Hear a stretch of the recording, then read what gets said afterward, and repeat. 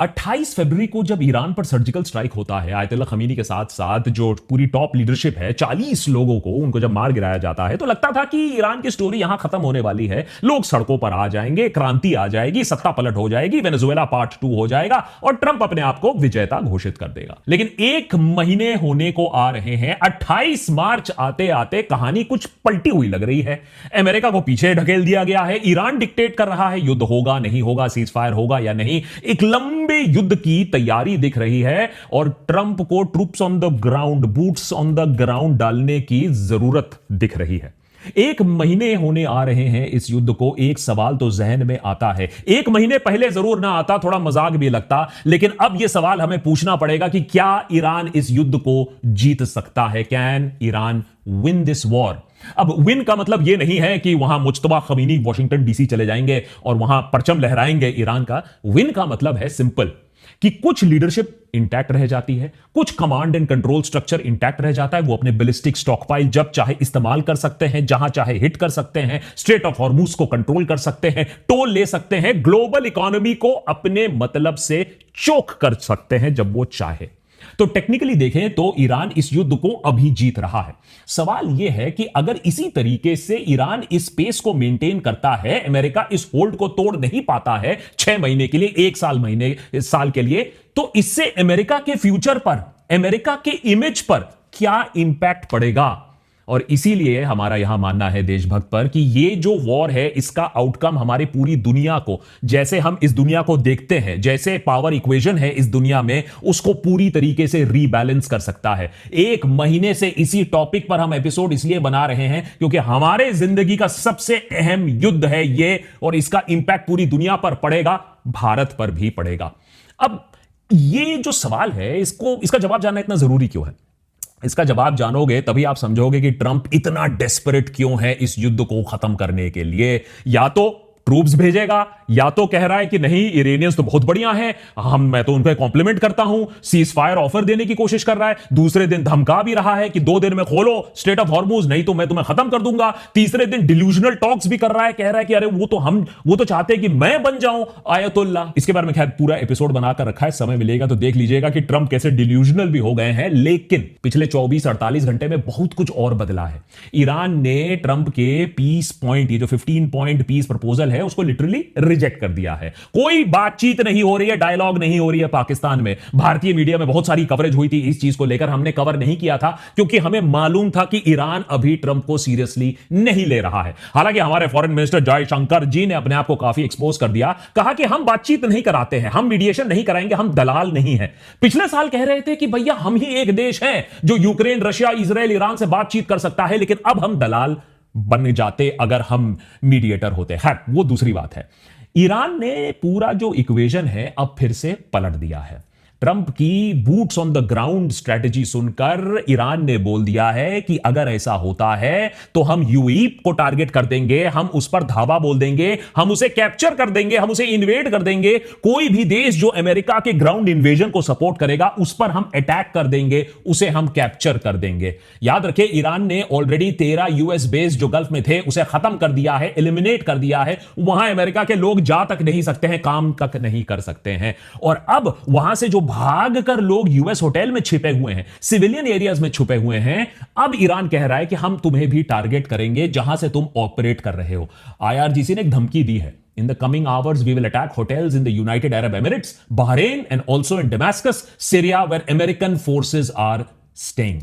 Technically तो American अगर आप देखो तो आज के डेट में अरब जो सिविलाइजेशन है, जो सिविलियंस हैं, उस पॉपुलेशन को ह्यूमन शील्ड की तरह इस्तेमाल कर रहे हैं। चौड़ से अपने मिलिट्री बेस में नहीं रह सकते हैं। लेकिन अमेरिका में बोला जा रहा है कि युद्ध तो वो जीत चुके हैं। अमेरिका बार बार यही कोशिश कर रहा है कि भैया देखो, मैं तो चाहता हूं युद्ध खत्म कर दो, लेकिन ईरान वॉर के जो स्कोप को है उसको एक्सपैंड कर रहा है।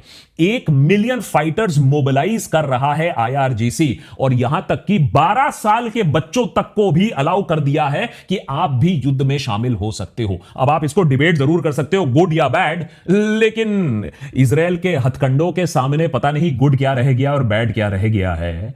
लेबनान में जो वो कर रहा है उसके बारे में में हमने ऑलरेडी आपको बता के रखा है, देख लीजिएगा episode.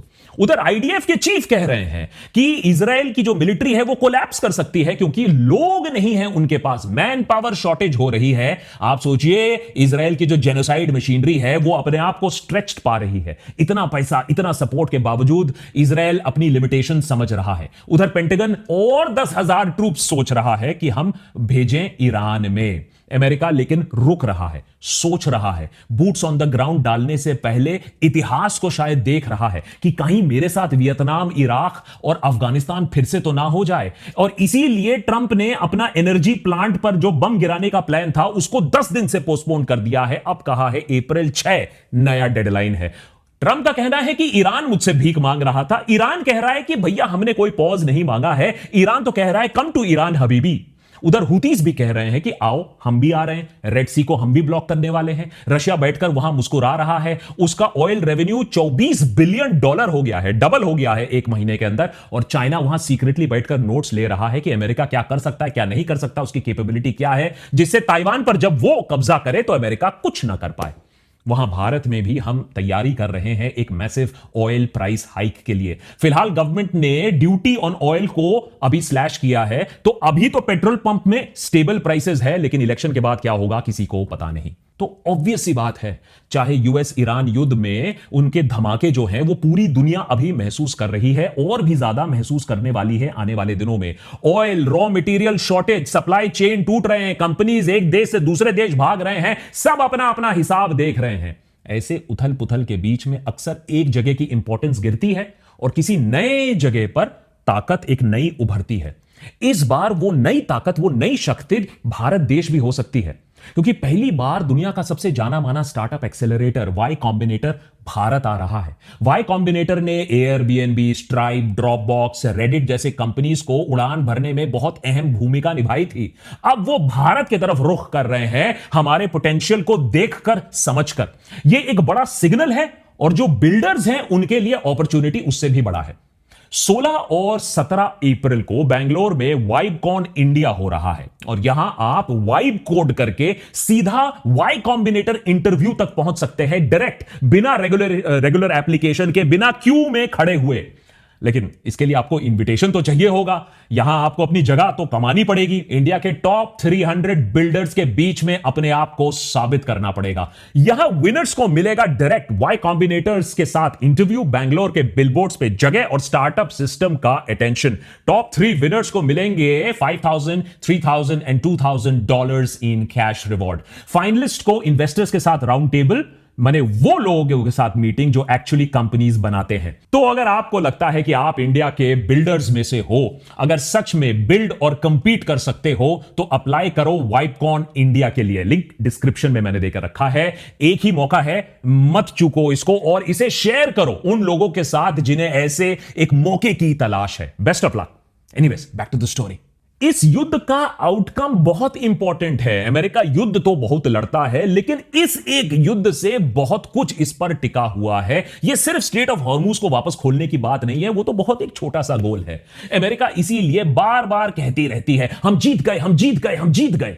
We've won this. This war has been won. Never in recorded history has a nation's military been so quickly and effectively neutralized. That Operation Epic Fury has been a resounding military triumph. हां भाई, जीत गए एक तरफ से। Operation epic fury का जो tactical military success था वो है, आपने डिग्रेड किया है इरानियन एयर डिफेंसेस को, मिसाइल स्टॉक्स अब ईरान के भी कम ही हो रहे होंगे, आपने न्यूक्लियर साइट्स को टारगेट किया है, आपने उनके टॉप लीडरशिप को बार बार मार गिराया है। ये बात बिल्कुल सही है, लेकिन अब आप सोचिए कि ये हारा हुआ ईरान इसी तरीके से हारा हुआ रहता है। मने इस्लामिक रिपब्लिक जो है वो सरवाइव करती है, आईआरजीसी उसका अभी भी उसको लीड करती है, वो स्ट्रेट ऑफ हॉर्मुज को पार्शियली खोलती है सिर्फ उन शिप्स के लिए जो वो चाहती है आए जाए। ईरान और जो उसके प्रॉक्सी नेटवर्क्स हैं, चाहे वो हुतीज हो या फिर हमास हो या हिजबुल्लाह हो, वो कहें विक्ट्री थ्रू रेजिस्टेंस हमने ले लिया है। और तेहरान धीरे धीरे एक एसिमेट्री बिल्ड करे, रशिया और चाइनीज सपोर्ट अपने साथ ले ले। सोचो इसी तरीके से यह हारा हुआ ईरान कैरी ऑन करता है तो अमेरिका को क्या दिक्कत होने वाली है। बहुत ज्यादा, बहुत गहरा एक इंपैक्ट पड़ने वाला है। सबसे पहले अगर ईरान को अमेरिका इसी स्टेट पे छोड़ देता है तो erosion of the petro dollar तो बिल्कुल पक्का है। पेट्रो डॉलर क्या है, हमने आपको पहले ही समझा के रखा है, अमेरिका की वर्चस्वता का एक बहुत अहम पिलर है, स्तंभ है। लेकिन जब ऑयल प्राइस इतनी वॉलेटाइल होगी और अमेरिका पर कॉन्फिडेंस इतना कम होगा तो गल्फ नेशंस जो हैं वो अपने लिए कहीं और सिक्योरिटी गारंटीज ढूंढेंगी। वो रशिया से बात करना शुरू कर देगी, वो चाइना से युआन में तेल उनको बेचना शुरू कर देगी। धीरे धीरे रशिया और चाइना अमेरिका का ये जो 1970s में बनाया फाइनेंशियल सुप्रीमेसी है और ये जो डॉलर की वर्चस्वता है उसको खत्म करने लगेंगे। नंबर 2, गल्फ एलाइज को पहले ही यह बात समझ में आ चुकी है कि भैया अमेरिका पर अब हम डिपेंड नहीं कर सकते अपनी सेफ्टी पर, ये तो आए दिन हमारे ऊपर हमला कर सकता है इस तरीके से। इसीलिए वो चाइना से बात करेंगे, वो रशिया से बात करेंगे, सऊदी अरेबिया, यूएई जो दूसरे देश हैं वो वॉशिंगटन से अपना अटेंशन हटाकर दूसरे देशों से अपनी सिक्योरिटी की मांग करने लगेंगे, उनको पैसा देने लगेंगे। और इससे होगा क्या, यूएस का ये जो खुलापन है ना कि हम कहीं भी अपना बेस बना सकते हैं उसको रिस्ट्रिक्ट कर दिया जाएगा, अमेरिका को धीरे धीरे वहां से बाहर खदेड़ दिया जाएगा गल्फ से। नंबर 3, ईरान धीरे धीरे अपना न्यूक्लियर रिकंस्ट्रक्शन को एक्सेलरेट करेगा। पहले से ही उनके पास एनरिच्ड यूरेनियम है जिसको ट्रंप तबाह नहीं कर पाए हैं, अब वो डबल स्पीड पर काम करेगा अपनी न्यूक्लियर कैपेबिलिटी को रीबिल्ड करने के लिए। ये रीजन में भी अस्थिरता ला सकता है क्योंकि सऊदी अरेबिया, तुर्की, इजिप्ट वो भी कहेंगे कि हमारे पास भी न्यूक्लियर ऑप्शन होना चाहिए। तो जो नॉन प्रोलिफरेशन रिजीम है जो इतने दिनों तक न्यूक्लियर स्प्रेड को रोके रखा था वो और कमजोर होता रहेगा। हर देश अपने लिए न्यूक्लियर आर्म्स चाहेगा। ये इजराइल के लिए नाइटमेयर है क्योंकि इजराइल ने कहा सिर्फ मेरे पास है न्यूक्लियर वेपन और किसी के पास नहीं हो सकता। नंबर 4, ये जो प्रॉक्सी नेटवर्क है जो इतने सालों से ईरान ने इतने डीप कॉन्टैक्ट्स बनाए थे रीजन में, ये वापस आ जाएंगे और भी ज्यादा स्ट्रेंथ से। हिजबुल्ला, हुती, यहां तक कि हमास, इराक के जो मिलिशियाज हैं ये सब वापस आ जाएंगे। चाइना और रशिया इन्हें आर्म्स भी सप्लाई कर देगा। इसका मतलब है US assets, Israel assets, gulf shipping पर ये इनडेफिनेटली छोटे मोटे अटैक चलते रहेंगे। ग्लोबल शिपिंग पर इस पर इंपैक्ट पड़ेगा और इजराइल तो आप मान के चलिए इस सिचुएशन में और भी ज्यादा अटैक पर आएगा। इसीलिए वो चाहता है कि इस समय कोई पीस डील ना हो, हमें तो खत्म करना है ईरान को। Number 5, strategic distraction. आप सोचिए अगर अमेरिका इसी युद्ध में फंसा रहा, जुटा रहा, ईरान को हराने की कोशिश करता रहा तो चाइना तो पैसिफिक में अपना रूल करेगा क्योंकि भैया आपके तो कैरियर ग्रुप्स इसे ही संभाल नहीं पा रहे हैं तो चाइना को कहां से संभालोगे। तो बीजिंग बैठकर अभी नोट्स ले रहा है कि अमेरिका की पावर कितनी खिंची हुई है, कितनी स्ट्रेच्ड है। एक लॉन्ड्री रूम में फायर चल गया तो उनका अभी कैरियर वापस अमेरिका जा रहा है। तो अमेरिकन पावर और जो इनविंसिबिलिटी है वो कितना बड़ा ढकोसला है, जुमला है, इसके नोट्स रशिया और अभी चाइना ले रहे हैं। तो इंडो पैसिफिक जो डिटरेंस कैपेबिलिटी थी, चाहे वो जापान हो, फिलीपींस हो, ऑस्ट्रेलिया, वो सारे देश जो अमेरिका पर डिपेंड कर रहे थे अपनी सिक्योरिटी के लिए, उन्हें और कहीं देखना पड़ेगा और चाइना बोलेगा आओ मेरे साथ आओ, मैं तुम्हें सिक्योरिटी दे रहा हूं। और नंबर 6, डोमेस्टिक बैकलैश को मत भूलिएगा। हायर गैस प्राइसेस अमेरिका में ऑलरेडी दिखने लगे हैं। उसके बाद अगर आपने बूट्स ऑन द ग्राउंड किए तो कैजुअलिटीज तो पक्का है। अभी समझाता हूं क्यों है। कैजुअलिटीज तो पक्का है, इससे अमेरिकन पब्लिक और भी एंटी ट्रंप हो जाएगी। मिड टर्म्स में हो सकता है फिर से फेरबदल हो जाए, डेमोक्रेट ज्यादा पावर में आ जाए, फिर कांग्रेस फंडिंग काट दे और जैसा वियतनाम और अफगानिस्तान में हुआ था अमेरिका को जबरन पुल आउट करना पड़ेगा। तो ये जो ट्रंप का अमेरिका फर्स्ट एजेंडा है, दुनिया भर में वर्चस्वता एस्टैब्लिश करेंगे, इसी युद्ध की वजह से अमेरिका पीछे उसको खदेड़ दिया जाएगा। लेकिन सबसे बड़ी जो बात है वो है ग्लोबल क्रेडिबिलिटी की। आज एक परसेप्शन बना के रखा है अमेरिका ने कि वो दुनिया का यूनिपोलर बादशाह है, लेकिन ये युद्ध ने दिखा दिया कि किस तरीके से वो ओवरस्ट्रेच्ड है, किस तरीके से एक टर्मिनल डिक्लाइन में आ चुका है, किस तरीके से उसके पास वेपन्स उतने थे नहीं लेकिन हेकड़ी कम नहीं थी।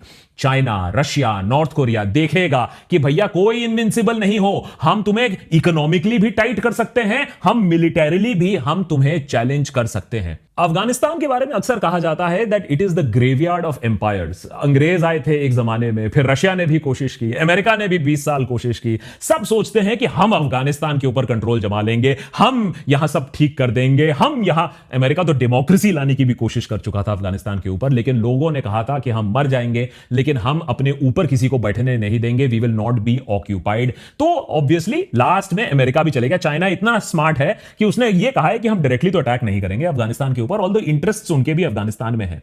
एक लेसन तो अमेरिका ने जरूर सीखा है, और पीट हेग्सेथ ने यह भी कह दिया कि ना ये युद्ध इराक है, ना ये युद्ध अफगानिस्तान है। मने लंबे समय तक और देश में रहने का उनका कोई एजेंडा नहीं है, क्योंकि यह बहुत एक्सपेंसिव होता है, बहुत डेडली होता है। चलो, अमेरिका ने यह बात तो समझ लिया है। लेकिन आप सोच रहे हो कि आप एक छट से अटैक कर दोगे और पट से यहां सत्ता पलट कर दोगे, तो वो भी बहुत डिफिकल्ट है। It could again, Iran could prove to be the graveyard of the American empire also. इसीलिए ट्रंप सोच रहे हैं, रुक रहे हैं, रीथिंक कर रहे हैं और रीइंफोर्समेंट्स मंगवा रहे हैं, इससे पहले कि फुल आउट अटैक किया जाए। आसान है फाइटर बॉम्बर से और B-2 स्टेल्थ बॉम्बर से 40,000 फीट से बॉम्ब गिराना, ट्रूप्स को जमीन पर लाना एकदम अलग ही एंगल है। समझाता हूं कैसे। नंबर 1, ईरान की जियोग्राफी बहुत हॉस्टाइल है। 4 गुना ज्यादा बड़ा है इराक से ईरान का देश। 80 मिलियन लोग रहते हैं। उसके ऊपर जो जारगोस एंड एल्बरोस माउंटेन रेंज है, ये 50% ऑफ द जो कंट्री है उसको कवर करती है। इससे नेचुरल किल जोन या चोक पॉइंट्स बन सकते हैं। जो शहर है, जो न्यूक्लियर साइट है, वो इनलैंड है। इनको टेरेन प्रोटेक्ट करवाता है। माने अगर आपको इन पर ग्राउंड लेवल से इन्वेड करना होगा, कूच करना होगा, तो आपको प्रिडिक्टेबल बॉटल नेक से गुजरना पड़ेगा और इसी बॉटल नेक पर आपको मार गिराया दिया जाए। किसी भी तरीके का ग्राउंड पुश आप करोगे, एलीट फोर्सेस का भी आप करोगे, आपको वही प्रॉब्लम का सामना करना पड़ेगा जो इराक को 1980s में करना पड़ा था और रोमन आर्मीज को 2000 साल पहले करना पड़ा था। यूएस के प्लानर्स ये बात जानते हैं। पता नहीं डोनाल्ड ट्रंप को बताया नहीं बताया, लेकिन वो जानते हैं कि इराक के तरह यहां फ्लैट डेजर्ट नहीं है, ये एक माउंटेन डेजर्ट हाइब्रिड हेल है। यहां अमेरिकी जाने जाएंगी। नंबर 2, इसीलिए सोचा जा रहा है खर्ग आइलैंड को हम कंट्रोल कर लेते हैं। ईरान को हम ब्लैकमेल कर लेंगे, तो हम खर्ग आइलैंड तब छोड़ेंगे जब तुम हॉर्मुज को खोलोगे, तो तुम्हारा ऑयल सप्लाई हम चोक कर देंगे। लेकिन यह भी सोचने में बहुत आसान लगता है कि हम सिर्फ खर्ग आइलैंड को टेक ओवर कर लेंगे, क्योंकि लॉजिस्टिकली ये एक नाइटमेयर है। क्योंकि आप एलीट यूनिट्स भेजो, आप मेरीन्स भेजो, 82nd एयरबोर्न भेजो, स्पेशल फोर्सेस भेजो, लेकिन इनका काम होता है रेड करना। लेकिन अगर आपको ईरान के अंदर बैठे रहना है, सस्टेन्ड कैंपेन करना है, तो आपके पास एक लंबी और तगड़ी सप्लाई सपोर्ट लाइन चाहिए। लेकिन वो सप्लाई सपोर्ट लाइन आपके पास हो नहीं पाएगा, क्योंकि ईरान ने यह बात साफ कर दिया है कि जिस देश का आप सपोर्ट लोगे, सप्लाई लाइन बनाओगे, हम उस देश को ही ऑक्यूपाई कर लेंगे, उस देश पर ही हमला बोल देंगे। नंबर 3, IRGC की जो मोसियाक डॉक्ट्रिन है, इसके बारे में हमने डिटेल में देशभक्त पर ऑलरेडी बात कर लिया है। बेसिकली इंडिपेंडेंट कंट्रोल है, प्रोविंशियल कमांड कंट्रोल स्ट्रक्चर है, सबको खुली आजादी है, तुम्हें दिखे जो करना है कर लो। इसको एसिमेट्रिक वॉरफेयर कहते हैं। कोई कमांड तेहरान से नहीं आएगा, जैसा लोकल कमांडर सही समझेगा वैसा ही करेगा। तो इराक के तरह ये क्रम्बलिंग आर्मी नहीं है, ये ईरान की आर्मी है। इसी दिन के लिए इन्होंने तैयारी की है। 40 साल से इसी दिन की तैयारी की है उन्होंने। Iran Iraq war, Syria war, Iraq के प्रॉक्सी सबसे सीखा है। इसीलिए जो एक लिमिटेड ग्राउंड प्रेजेंस की बात ट्रंप सोच भी रहे हैं, वो गुरिल्ला वॉरफेयर के सामने बहुत बुरी तरीके से मात खाएगा। वियतनाम अफगानिस्तान से 4 गुना ज्यादा कॉम्प्लेक्स है ये सिचुएशन, 4 गुना ज्यादा लोग मारे जा सकते हैं। इसीलिए IRGC के जो कमांडर्स हैं वो ओपनली कह रहे हैं हम इसे ग्रेवयार्ड फॉर अमेरिकन बनाकर रखेंगे। याद रखिए, ईरान को युद्ध जीतने की जरूरत नहीं है, उसको अमेरिका जाने की जरूरत नहीं है, उसको बस भारी कॉस्ट इंपोज करना है अमेरिका के ऊपर। माइन लगा दो हॉर्मुज पर, हिट एंड रन कर दो अटैक पर, यूएस बेसिस पर, और प्रॉक्सी स्ट्राइक कर दो रीजन पर, और जो स्पेशल फोर्सेस आए उनको कुछ लोग भी अगर मार दिया तो अमेरिका में हाहाकार मच जाएगी। जो एलीट फोर्सेस हैं उनको तब भी ड्रोन्स का सामना करना पड़ेगा, उनको तब भी स्नाइपर्स का सामना करना पड़ेगा, उनको तब भी ग्लोबल शिपिंग वो खोलने में नामुमकिन हो जाएगा, उनके लिए बहुत मुश्किल होगा। अंत में एक बात तो साफ हो चुकी है, इजराइल और अमेरिका के अलग अलग पर्पस हैं युद्ध में घुसने के लिए। अब पोपट बना दिया नेतन्याहू ने ट्रंप का, बड़े बड़े सपने दिखाकर कि भैया सत्ता पलट तुम कर दोगे। अब वो तो हुआ नहीं है, लेकिन इजराइल कह रहा है हम तो ना रुकने वाले हैं, क्योंकि हमारे तो अस्तित्व का सवाल है। उसे मालूम है कि अगर ईरान इस बार बच जाता है तो उसका जीना काफी दुश्वार हो जाएगा, इसीलिए वो तो युद्ध को खींचने में आमदा है। और अब ट्रंप फंस चुका है कि मैं पीछे भी अगर हटूं तो अमेरिका की जो पूरी इमेज है, अमेरिका की जो वर्चस्वता है, वो पूरी तरीके से खत्म हो जाएगी। इसके लिए अगर सैनिकों को अब मरना पड़े तो ट्रंप को यह बात कबूल है। इसीलिए 1 महीने बाद भी यह युद्ध खत्म होने का नाम नहीं ले रहा है, एक और भीषण फेज में जाता दिख रहा है। इस पर पूरी नजर यहां हमारी रहेगी ऑन द देशभक्त।